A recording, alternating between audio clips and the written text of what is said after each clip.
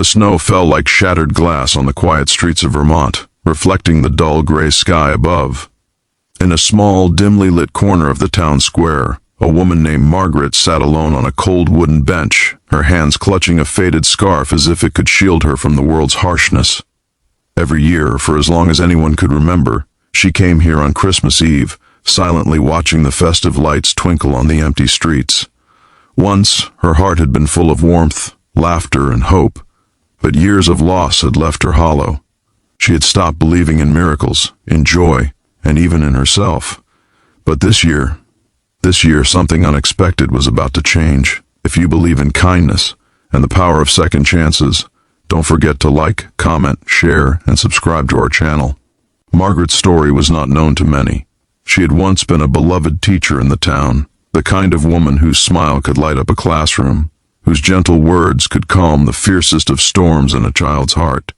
But life had a cruel way of testing even the strongest souls.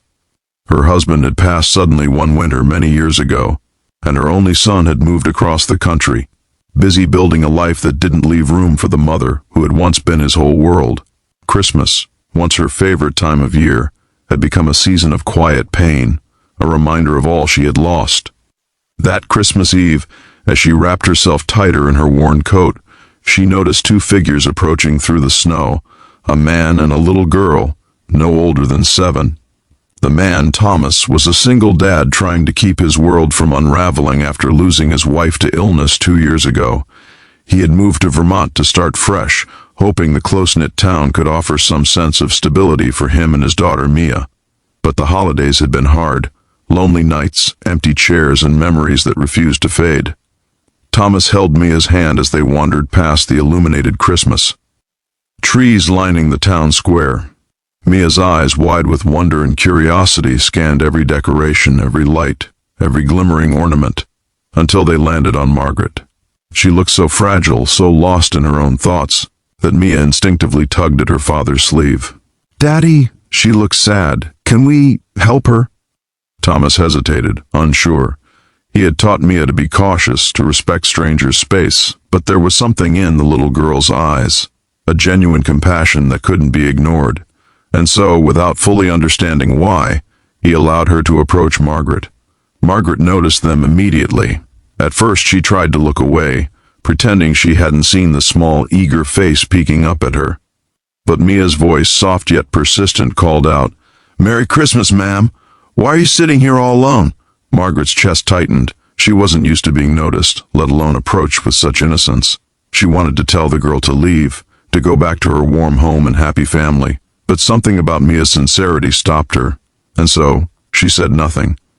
Thomas watched quietly, unsure of what to do. He had seen the pain in adults' eyes before, but something about Margaret made his own grief feel a little lighter, as if helping her might also help him heal. Mia, determined to make a connection, pulled a small, slightly crumpled Christmas card from her coat pocket and handed it to Margaret. "We made this for you, just for you." Margaret stared at the card. It was hand-drawn, decorated with glitter and little stick figures holding hands around a Christmas tree. Her fingers trembled as she took it. For the first time in years, a flicker of warmth stirred inside her chest. She wanted to cry, to laugh, to tell someone that she still remembered what joy felt like, but words failed her. The trio sat together on the bench, the snow swirling around them like a quiet blessing. Thomas told Margaret about their struggles, about Mia's longing to see the world full of kindness again, and about how he had hoped, somehow, to find a community that could remind them life wasn't only filled with loss.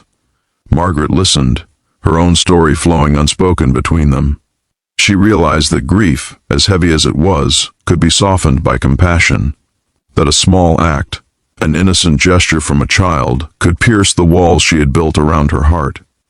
As the evening progressed, Thomas and Mia invited Margaret to help them decorate the small Christmas tree in the town square, a modest yet radiant symbol of hope.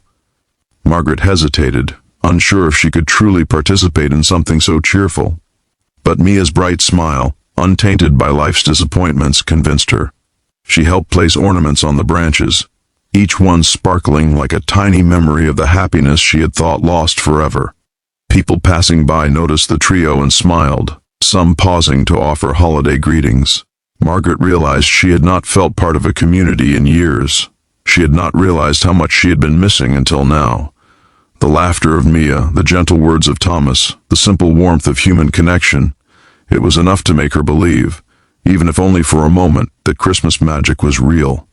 By the time night fully fell, the square glowed with lights, laughter, and the sound of carolers singing. Margaret looked at Thomas and Mia, her eyes glistening.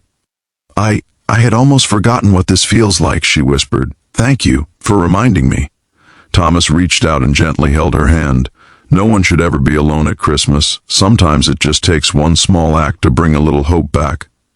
Margaret smiled, a genuine, radiant smile that had been absent for too long. And as she watched Mia twirl around the tree, singing softly to herself, she felt something she hadn't felt in years, a spark of joy, a glimmer of belief, and the quiet reassurance that life, despite its losses, could still surprise her. That night, Margaret returned home, but she did not feel the cold emptiness that had defined her previous Christmases. She felt a renewed sense of hope, a rekindled belief in kindness, and the profound truth that no heart is too broken to be healed. Thanks to a little girl's courage and a single dad's gentle persistence, Margaret remembered that sometimes the smallest gestures could leave the biggest impact. If this story touched your heart, please engage with this video. Like, comment, and share, so more people can feel the warmth of hope and kindness this Christmas season. Before you go, take a moment to comment below and tell us about a small act of kindness that changed your life or someone else's. Sometimes, sharing these stories reminds all of us that hope and love are never truly lost. That Christmas, Margaret didn't just witness joy, she lived it. And for the first time in years, she believed again.